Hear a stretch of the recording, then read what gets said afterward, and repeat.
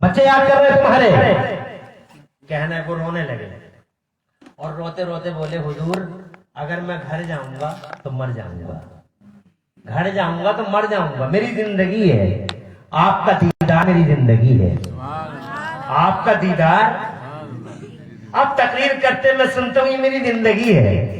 जैसे एक मछली को सरकार पानी की जरूरत है जिंदा रहने के लिए, मेरी सांसों को चलने के लिए आपके चेहरे की जरूरत है। आप हैं तो मैं जिंदा हूं, आपका चेहरा नहीं देखूंगा मर जाऊंगा, तड़प तड़प के जान चली जाएगी, सरकार मुझे यहीं रहने दीजिए, कुत्ता हूं दरबार का पड़ा रहने दीजिए। जलाल में आए इरशाद फरमा तुझे हर हाल में जाना होगा, कहा सरकार फिर मेरी जिंदगी का क्या होगा? इरशाद फरमाया तू जा और जब तुझे मेरी याद आए, क्या बात है क्या बात है, ये जुमला सुनने से पहले बहुत इंटरेस्टिंग है।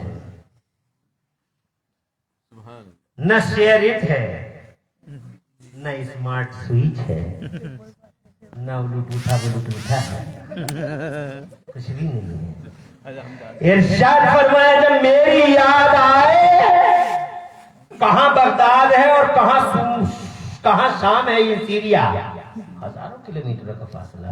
इरशाद फरमाया जब तुझे मेरी याद आए, अपने घर में चारों तरफ अपने घर में एक दायरा खींच लेना और दायरे में तू भी बैठ जाना और जिसे चाहे उसी दायरे में बैठा लेना, यानी अपने चारों तरफ एक दायरा खींच लेना, उसमें बैठ जाना और तू चाहे तो तू भी और जिसे चाहे तू बैठा लेना। तेरा अब्दुल कादिर बगदाद की जामा मस्जिद के मिंबर पे खड़े होकर तकरीर करता होगा और तू घर बैठ के तकरीर सुनता भी होगा और मुझे देखता भी होगा। न कोई कैमरा है, न कोई वीडियो कॉस्ट है, न लाइव टेलीकास्ट है। खुदा की कसम ये कमाल है उसी फैलाने का, ये कमाल है उन्हीं कैमरों का, ये कमाल है उन्हीं शोरों का, ये कमाल है उसी रूहानियत का। क्या जबरदस्त रूहानियत है। बगदाद वाला जामा मस्जिद मिंबर में है और उधर मुरीद दायरा बनाता है तो खुद भी देखता है और सुनता है और जिसे चाहे उसे बैठा ले वो भी सुने और वो भी देखे। अल्लाह ऊपर हजारों किलोमीटर इसी को कहते हैं वो जनाबे वाला रूहानियत, और यही है रूहानियत का पावर। अब जनाब जब गुलाम ऐसे हैं तो अंदाजा लगा लो इनका मुखिया, इनका हेड, इनका बोस कैसा होगा, मदीने वाला मुस्तफा। तुम जरा तड़प के सुभान अल्लाह कहो तो मैं आगे करता हूँ। मैं ये कहना चाहता था हिस्ट्री को नहीं मालूम कि इस सीने से उस सीने में क्या गया, बस इतना देखा 3 बार खींचा सीने से, मगर सीने से क्या आदान विरदान हुआ, क्या लेन देन हुआ और जनाब वाला कौन से किरणों ने क्या ले लिया क्या दे दिया, खुदा की कसम नहीं मालूम। मगर तीसरे बार खींचने के बाद बाग वाले बोले गलत फहमी है तुम्हारी, वो तुम्हारी बीवी है, मेरी बेटी उम्मुल खैर, मैंने निकाह किया अपनी बेटी का तुम्हारे साथ, वो वही है दुल्हन चेंज नहीं हुई है। तुम ये सोच रहे होगा लंगड़ी और लूली, मैंने इसलिए कहा था लंगड़ा कि मेरी बेटी के पांव आज तक किसी हराम चीज की तरफ नहीं उठे, मेरी बेटी की दवा ने आज तक कोई हराम कलमा जारी नहीं किया, इसलिए मैंने कहा था तुम्हें मुबारक हो, जाओ तुम्हारी बीवी है और मेरी बेटी है उम्मुल खैर, मैंने निकाह किया है। अब खुदा की कसम वो चले हैं हजले अरूसी की तरफ। उधर एक चांद था, इधर एक सूरज था, दोनों के दोनों, उधर जनाब उम्मुल खैर का जलवा था, इधर अबू सालेह का जलवा था। यूं कहो जब हजले अरूसी में दाखिल हुए हैं तो यूं समझ लो जैसे 2 समंदर एक दूसरे की तरफ बढ़े, उधर भी समंदर इधर भी समंदर, उधर भी दरिया इधर भी दरिया, उधर शरीयत का दरिया इधर तरीकत का दरिया, उधर मारिफत का दरिया इधर हकीकत का दरिया, उधर इज्जत का दरिया इधर इज्जत का दरिया, इधर शर्म का दरिया उधर हया का दरिया है। या यूं कह लो बिलासपुर वालों, एक तरफ इमाम हसन का समंदर है और दूसरी तरफ इमाम हुसैन का समंदर है, और जब ये दोनों समंदर एक दूसरे के हम आगोश हुए हैं तो इन्हीं 2 समंदरों की कोख से जिस हीरे ने जन्म लिया था उसी हीरे को दुनिया गौसे आजम के नाम से जानती है, उसी दुनिया में बड़े पीर के नाम से जाना जाता है, वही चलाने वाला दुनिया में अमित महबूब सुबहानी कहलाता है, गौसे आजम कहलाता है, रब्बानी कहलाता है, शहबाज मकानी कहलाता है, मुहीउद्दीन सुल्तान शेख हीरा, सारे पीर, सारे औसिया, चश्मे औसुल बरा। अल्लाह आपको खुश रखे और आबाद रखे। दो जहां में अल्लाह आपकी लाए रखे। आम के पेड़ पे आम ही उतरते हैं जी। अमरूद के पेड़ पे कभी केला देखा? अमरूद के पेड़ पे कभी केला देखा? खरबूजे की बेल पे कभी तरबूज देखा? मैंने तो तरबूज की बेल पे कभी खरबूजा नहीं देखा। तुमने खीरे की बेल पे कभी तरबूज देखा? जैसा पेड़ वैसा ही फल, जैसी माँ वैसी औलाद, जैसा बाप वैसा शहजादा। जब पेड़ ऐसा है, जब अबू साले उम्मुल खैर ऐसी है, सुभान अल्लाह, खुदा की कसम। तो अंदाजा लगा लो कैसे होंगे। घर बैठे बैठे आलिम बन जाते, मगर ना, माँ ने बचपन में ही भेज दिया। माँ ने कहा भेज दिया, जाओ बेटे इल्मे दीन हासिल करो। मदरसे में आए, किलोमीटरों, हजारों किलो, सैकड़ों किलोमीटरों के फासले में बगदाद।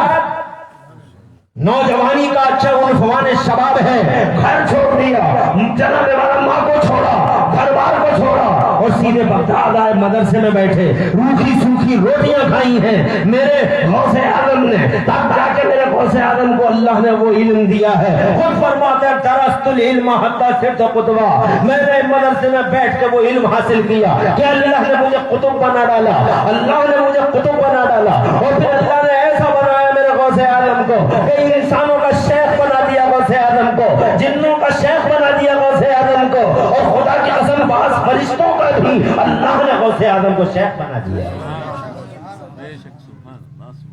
अब अगर आगे की सुनना चाहो तो और आगे की बात करूं, हैं? अभी तो बातें कितनी हुई हैं, अभी बहुत बातें हैं। तो यही गौसे आदम है जिनकी किताब है बुनियतुत तालिबीन। बेशक लिखा है किताबों में, किताबें लिखी हैं उन्होंने। तवज्जो इधर रखो। उसमें लिखते हैं कि 3 चीजों के मजमूए का नाम ईमान है। फरमाते हैं 3 चीजों के मजमूए का नाम, क्या 3 चीजें हैं?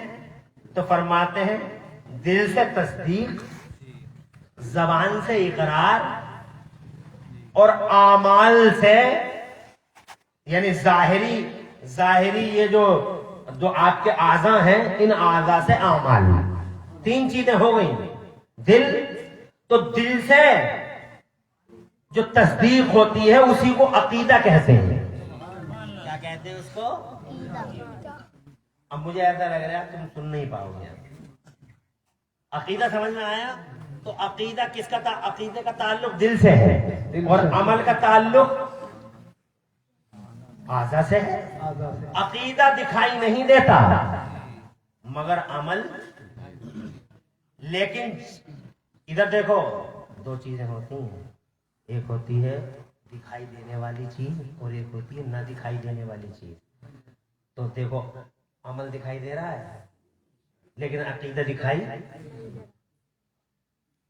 तो इन 2 चीजों में दिखाई देने वाली चीज कमजोर है और ना दिखाई देने वाली चीज पावर वाली है। जैसे तुम्हारे, अरे तुम अपने ऊपर देख लो, अकीदा अमल तो बाद में देखना। तुम देख रहे हो मुझे? अरे मुझे देख रहे हो जी? मेरी बात सुन रहे हो जी? तुम्हारे कान काम कर रहे हैं, तुम्हारी आंखें काम कर रही हैं और तुम्हारा दिमाग काम कर रहा है। किस वजह से कर रहा? क्योंकि तुम्हारे अंदर रूह मौजूद है। तुम्हारे अंदर एक है बॉडी और एक है रूह।